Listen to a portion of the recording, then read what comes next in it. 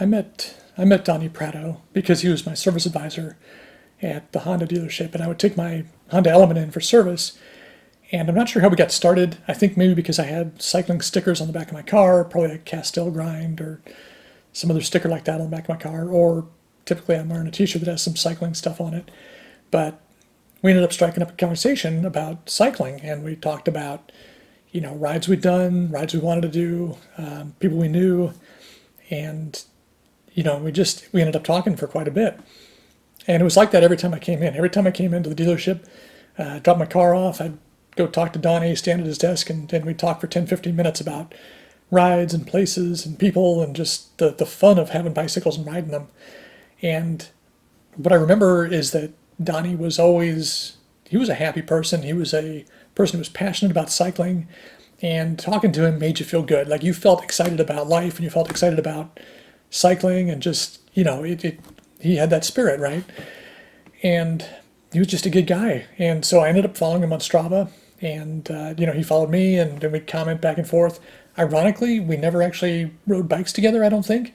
But, we knew we knew who we were. And, I'd comment on his rides, he'd comment on mine. I remember, I think in May or June this year, 2020, he did like some crazy number of repeats on Tower Hill, which is this little kind of chip seal road behind my neighborhood here. He went up and down it 121 times or something like that.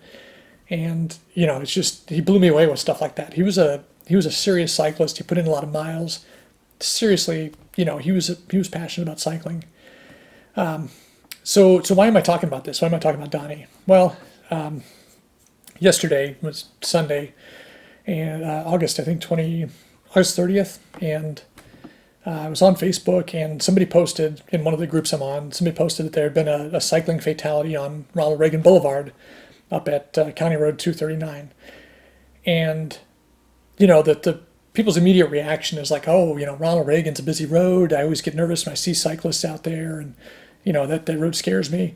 And so my initial reply to this was kind of towards that aspect of it, because I ride Ronald Reagan, and so do a lot of my friends, and and I don't personally think it's that dangerous of a road. Yeah, there's cars going high speed, but you got wide shoulders, and honestly, that road sees a lot of cycling traffic. My guess is that there's, on any given day, if it's not icy outside, there's probably 20 to 50 cyclists that ride at least 5 miles, somewhere on Ronald Reagan. So like a conservative estimate, I figure, is probably something like 250 man miles on bicycles per day. And you really don't hear about accidents. In fact, I really, in my recollection, I don't really recall any traffic fatalities on Ronald Reagan. I'm sure it's happened, but I just can't think of any, car on bike accidents or even bicycle accidents out there that resulted in somebody getting killed.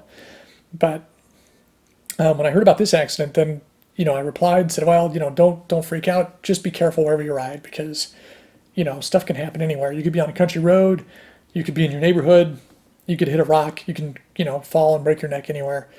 So don't rule out roads like Ronald Reagan because you see traffic and you think it's dangerous. So that was my initial reply.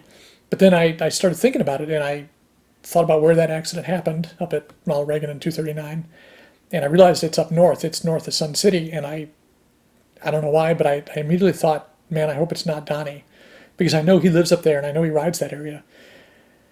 And, people started kind of checking in on Strava and Facebook and saying, oh, yeah, I'm fine. And, so I'm like ruling out people as it goes.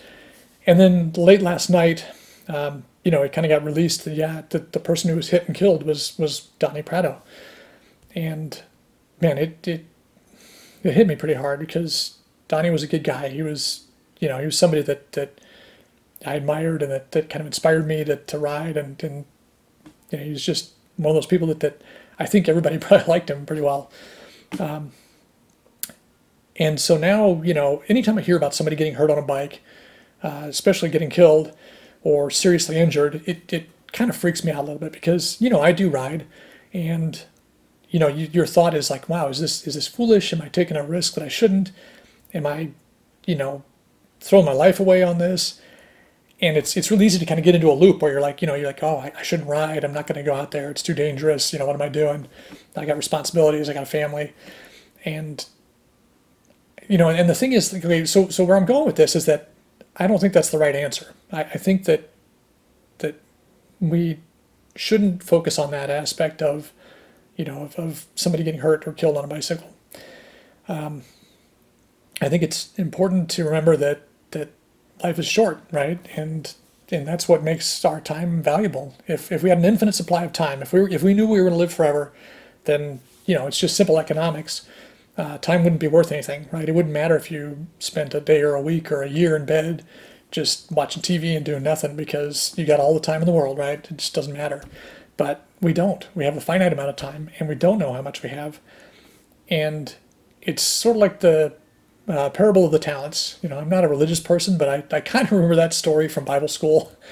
And my takeaway from that is that, if you're given something valuable, time, I think that there is something admirable, and there's kind of a principle that you should do something with that time, right? It's not enough to just put it away, to bury it in a hole or play it safe and, and guard it like it's a treasure unto itself. You have to invest it, right? You have to do something with what you're given. And what we're all given is time. And I think it's important to, to take that time and go do something, because there's no prize for playing it safe.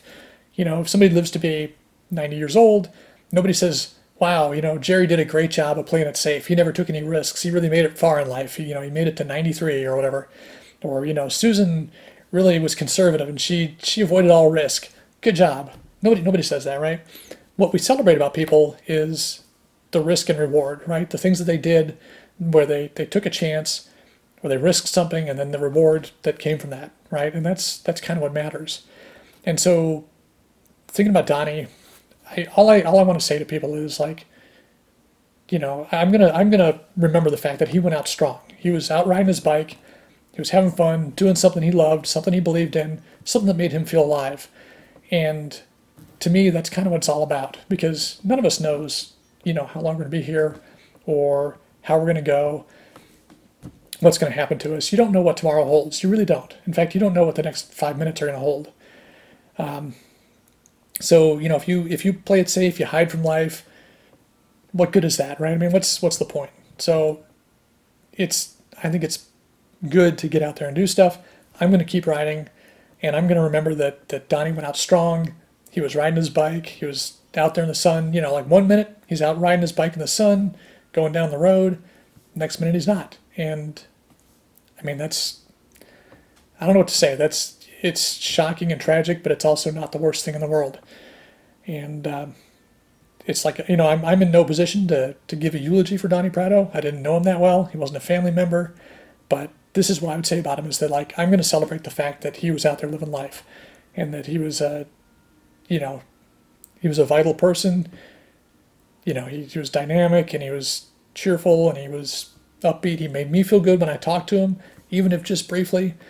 And I'm going to miss him, but I'm going to celebrate his life by continuing to do the stuff that we both love, which is cycling, going out there riding, doing stuff, having adventures. Because if you're not doing that, then what are you doing? So, goodbye, Donnie. We're going to miss you. And the world is a little bit darker place without you.